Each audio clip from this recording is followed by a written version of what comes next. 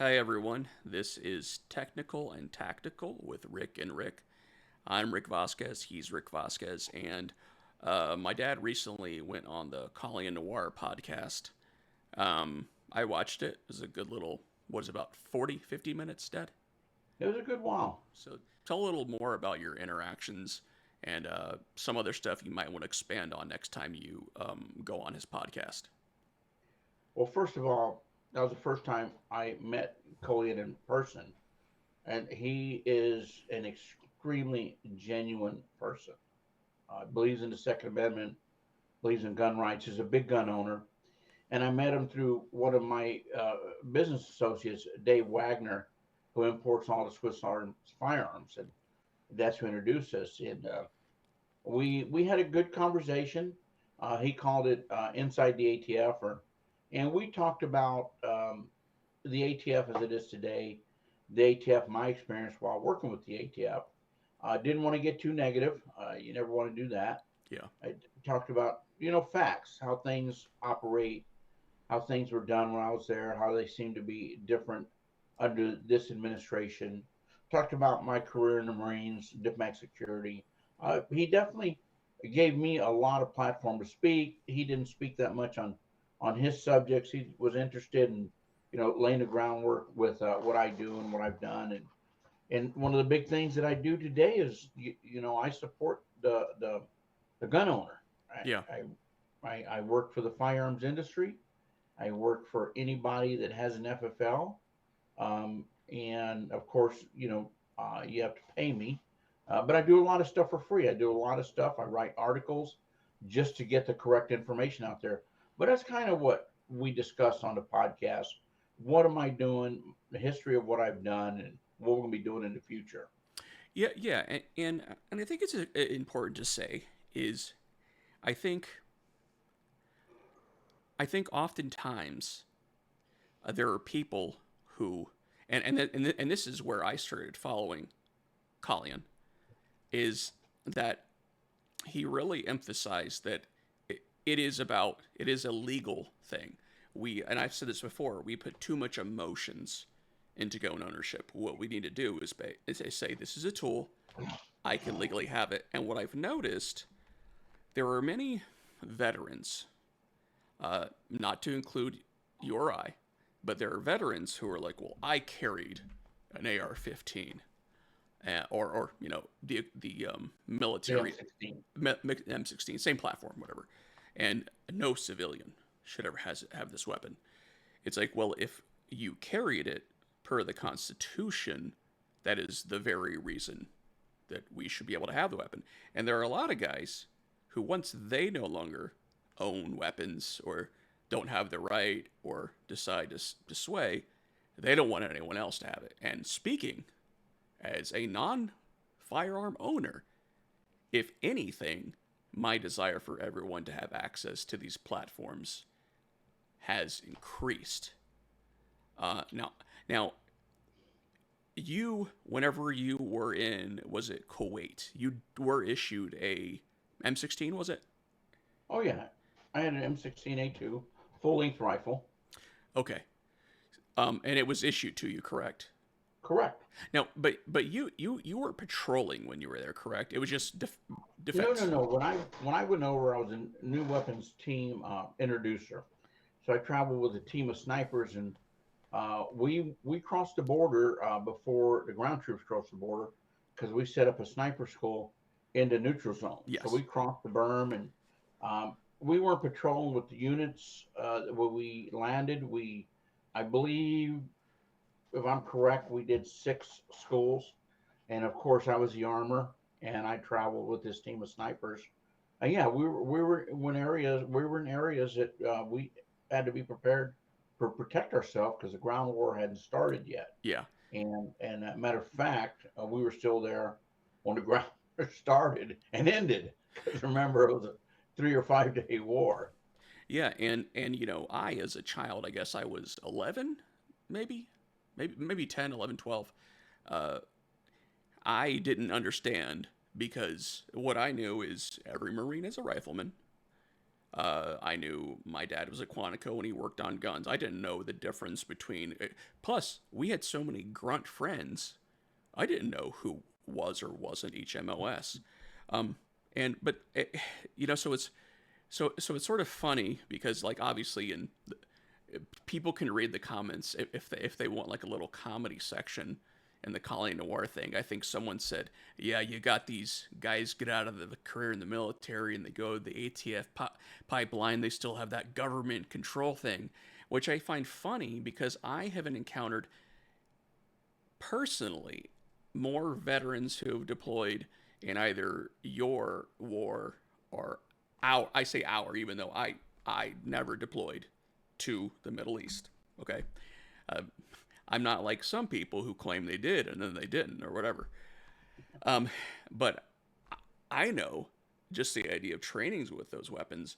I do think civilians should be able to have the AR platform among some other platforms that are legal or are not as infringed upon. For example, correct me if I'm wrong, but the Remington 700 is often issued to snipers. Is that correct? Is that one of the weapons? Well, the Marine Corps sniper rifle was built on the Remington 700 Yeah. platform. And you could go hunt, And so, and you today, as a civilian, could go into a gun shop and buy a Remington 700 sniper rifle.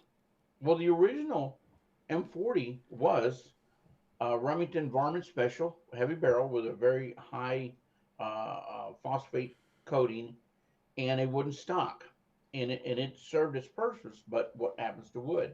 Wood cracks, swells, absorbs moisture. So after Vietnam, the guys at Quantico went into stainless steel barrels and fiberglass stocks and made McMillan a multi millionaire, which is great because he built a great product. And that's how the modern bolt action sniper rifle started. Okay. Was right there.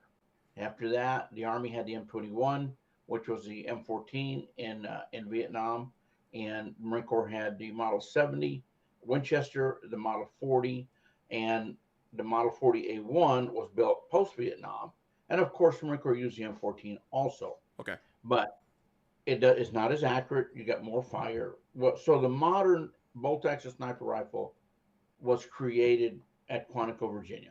Okay. So And could I go into a gun shop today and legally buy something that is so close to being that it may as well be the same thing? if you had the money, I would build one for you. But You, no. This is a yeah, hypothetical. you Yes. can buy one. You Yeah. can buy one. I'm Okay. I'm a licensed manufacturer, so even though I don't sell retail, as you know, because I just use my license for test and development, research and development, and I live in a residential area. But as a manufacturer, you could say, I want you to put a M40A1 stock. Even the Unertal scopes are now coming on the market from CMP. Now they're running $5,000-6,000, but they're coming on the market.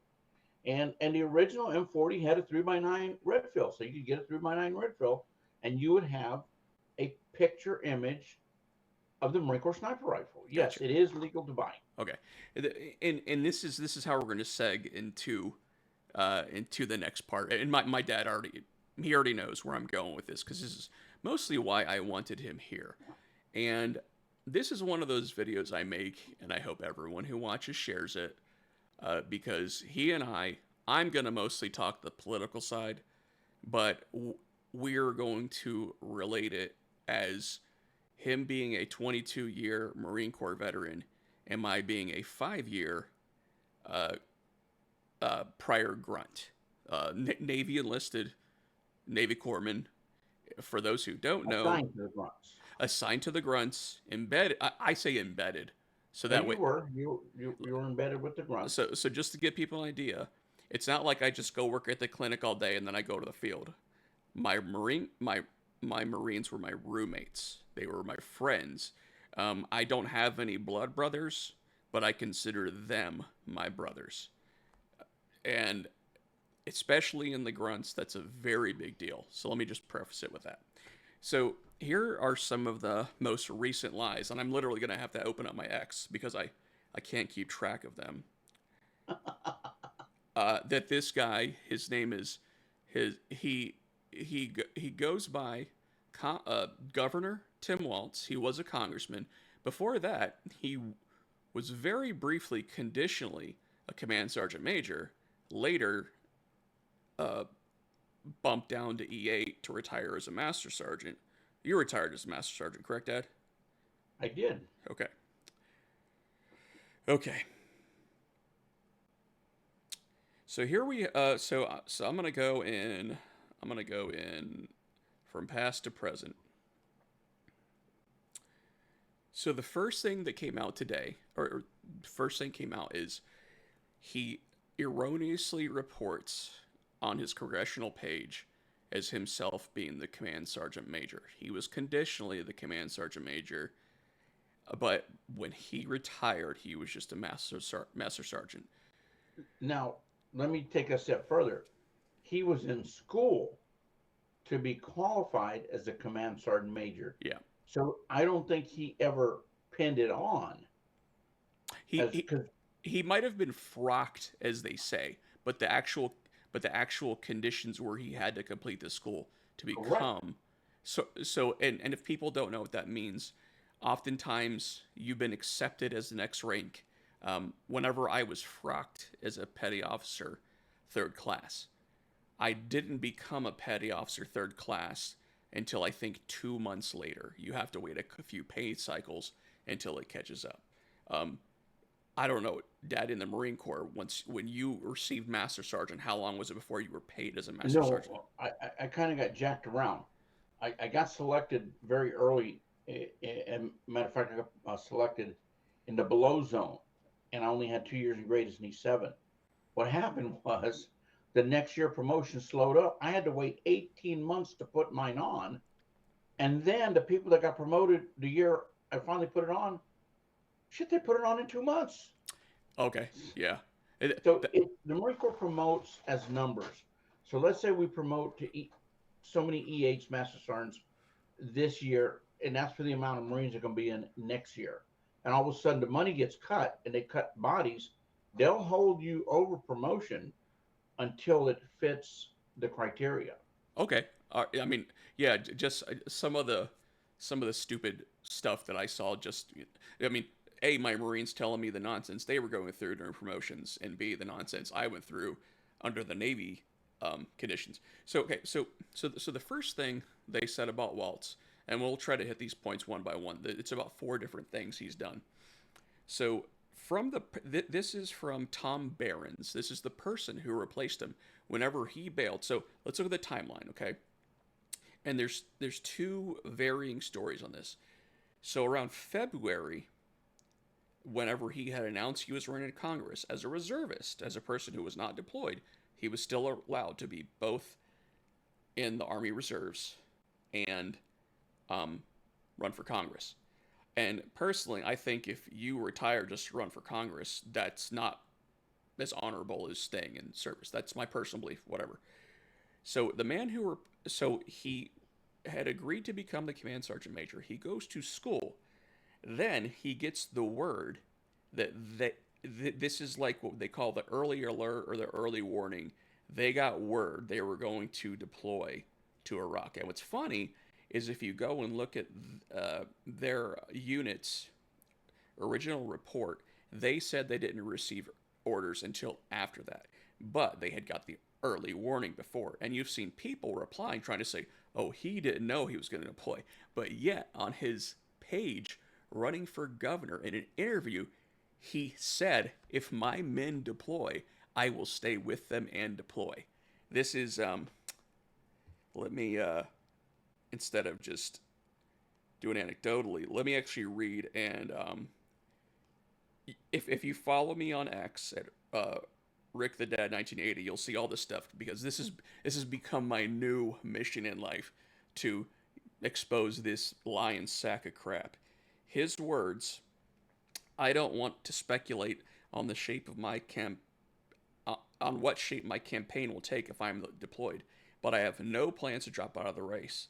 I am fortunate to have a strong group of enthusiastic supporters, and a very dedicated and intelligent wife. Both will be part of my campaign, whether I am in Minnesota or Iraq.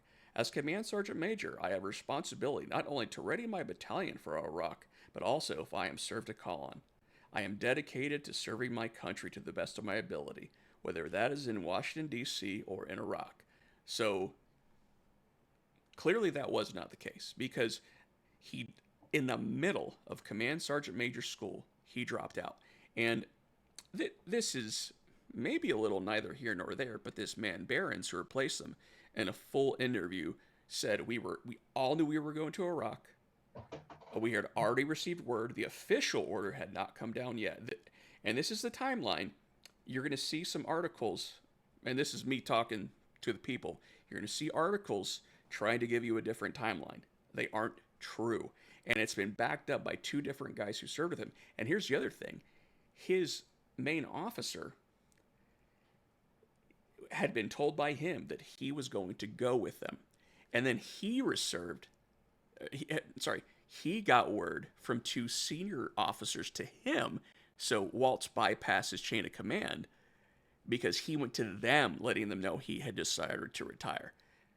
I'm sorry, skedaddling on your guys when they're getting ready to go to a war deployment, you have 24 years as a grunt, and your one time to be a grunt, you bail to run for Congress, and I'm not supposed to call you a coward?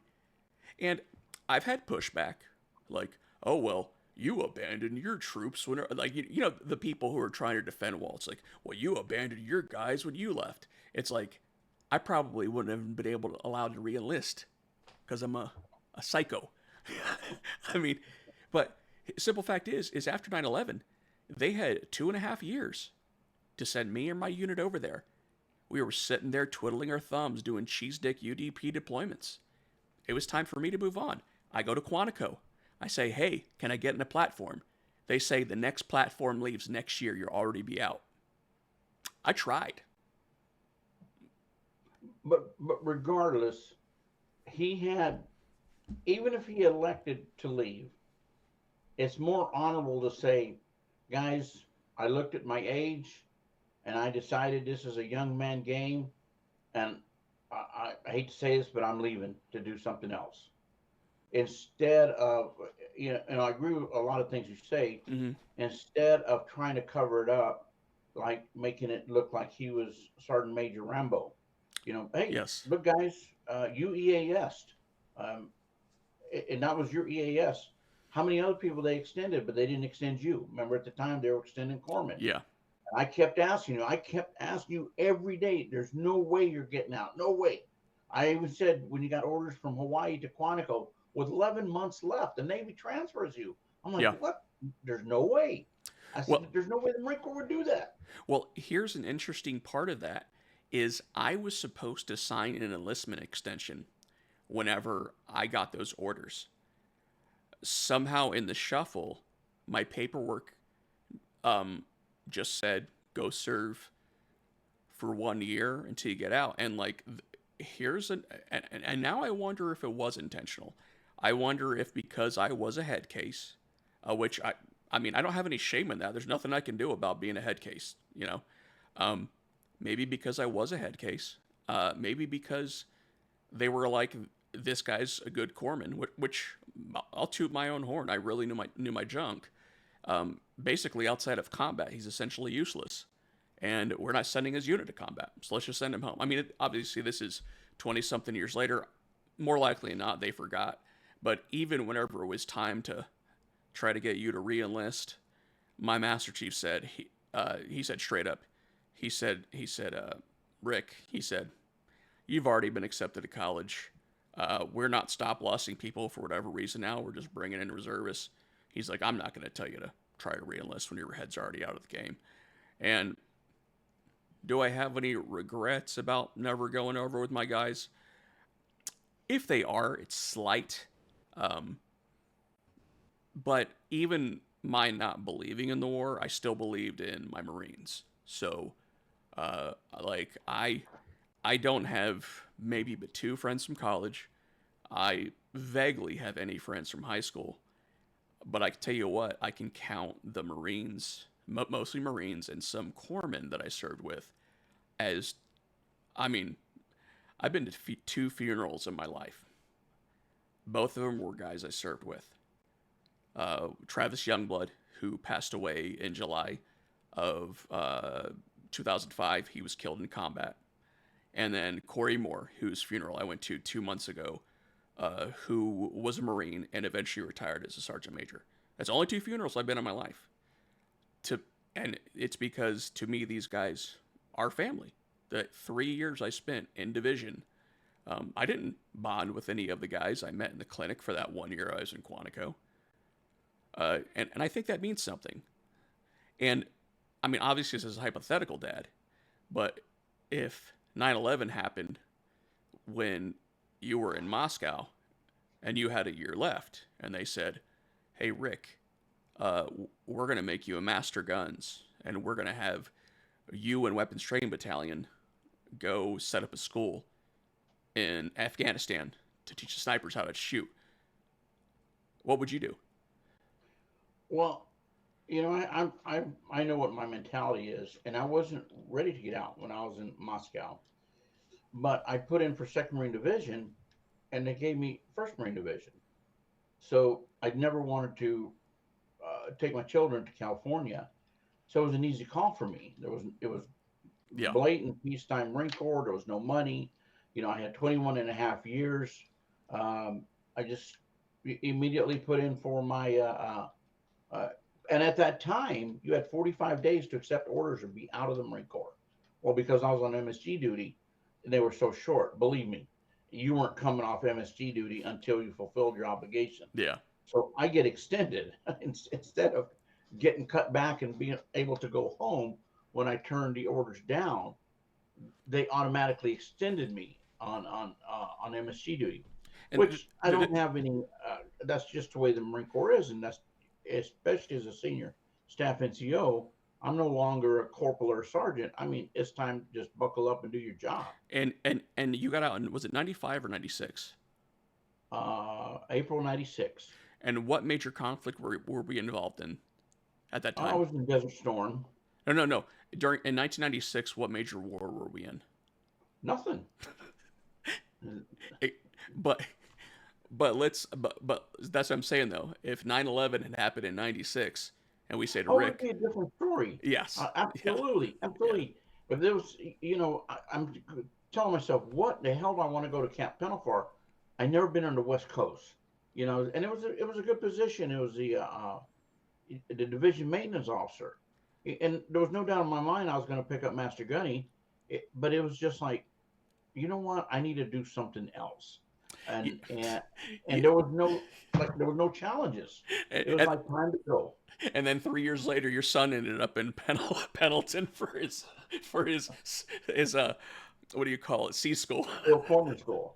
I tell you, now I kind of resent you because I really liked Oceanside and Pendleton. But you're on your own. I didn't have to worry about you, on the streets and everything else. Yeah. You're a grown man now. If you get in trouble, it's up to you. I could have been out there surfing and smoking weed with all the long hairs, man. Back when I still had my long wavy hair, I had like his wavy hair.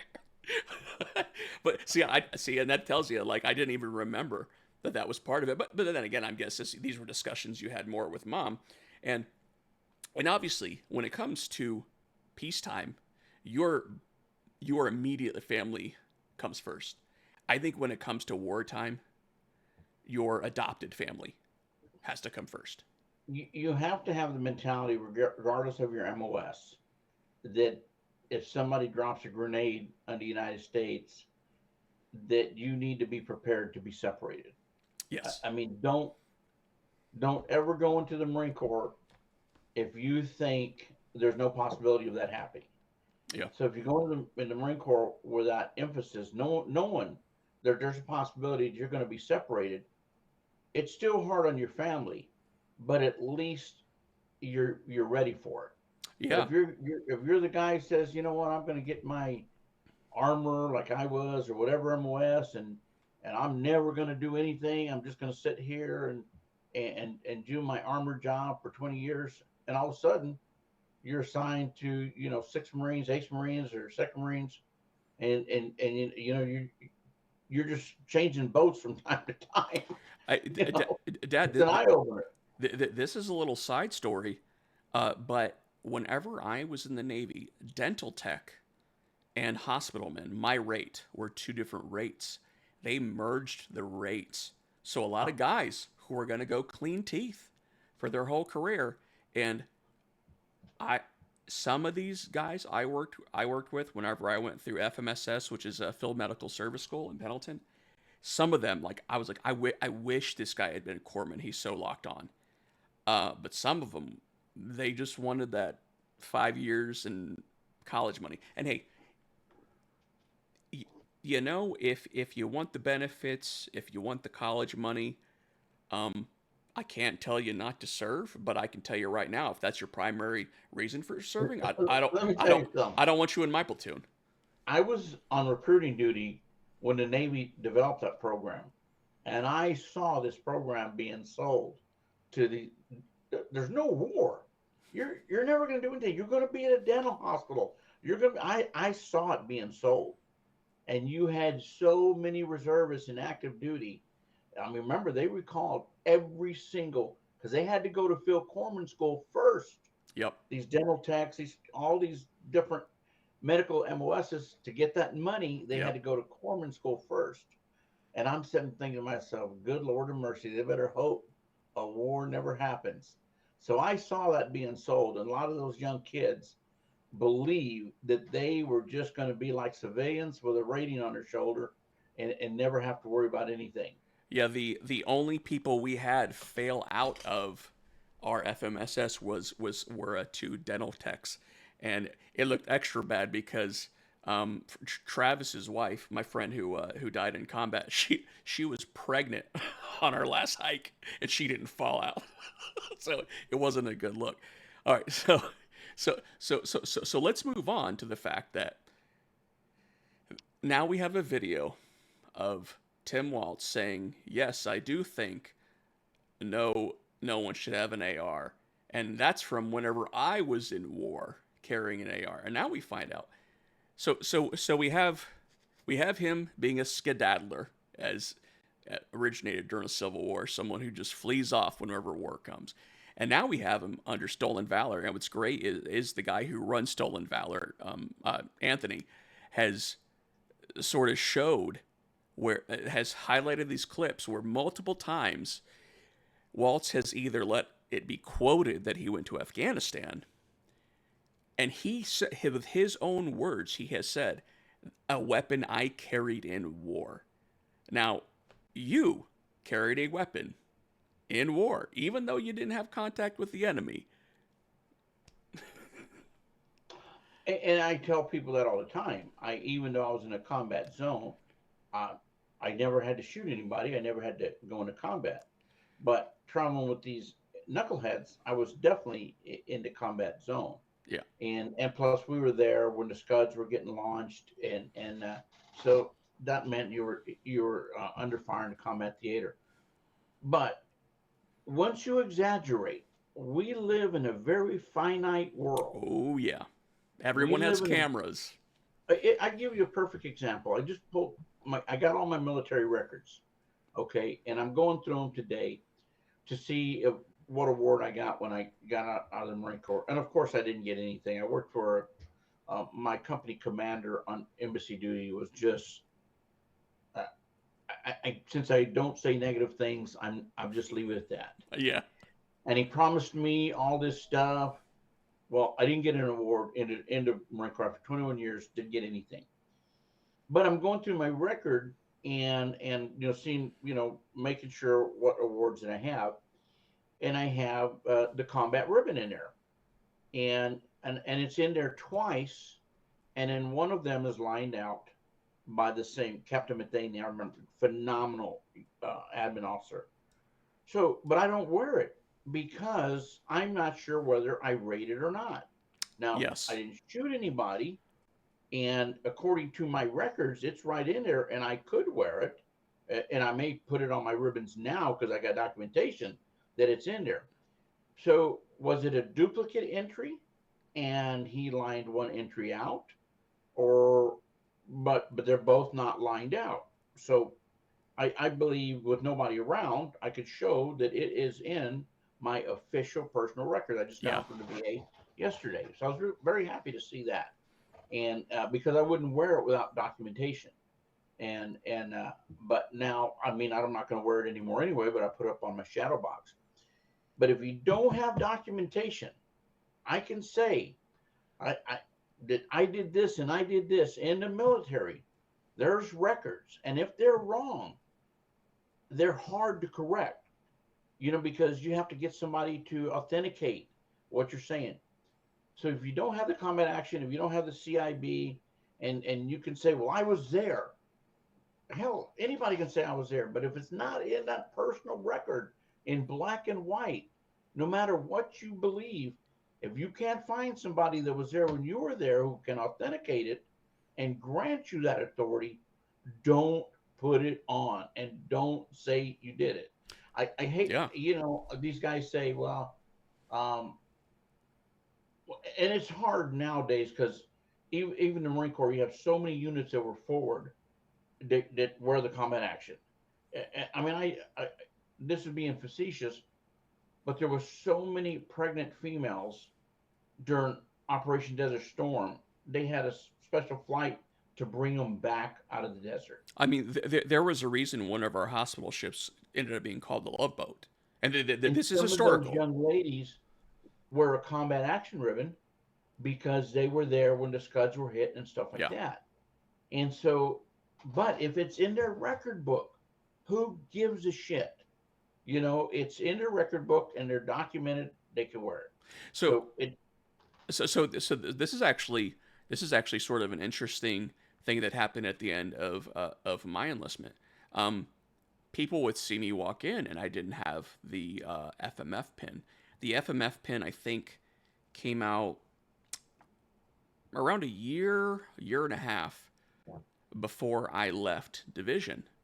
And I was like, oh, yeah, that'll be a cool device to put on my uniform. I'll go ahead and learn the stuff. And then I found out that you could get it even if you were just stationed at a Marine Corps base as an admin. You just had to test for it. Or a dental tech, no offense to the former dental techs.